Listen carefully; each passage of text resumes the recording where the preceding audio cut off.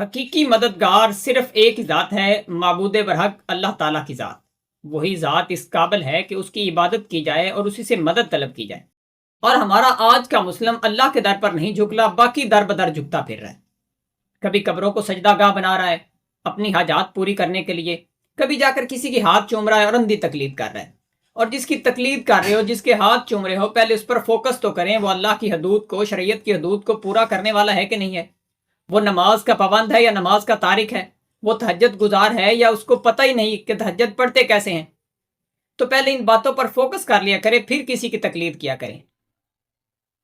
بدل کر بھیس پھر آتے ہیں ہر زمانے میں، بدل کر بھیس پھر آتے ہیں ہر زمانے میں، اگرچہ پیر ہے آدم جواں ہے لات و منات۔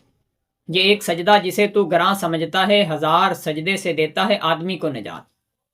مدد طلب کرنے کے لیے، جھکنے کے لیے ایک ہی در ہے، اور وہ ہے اللہ کا در۔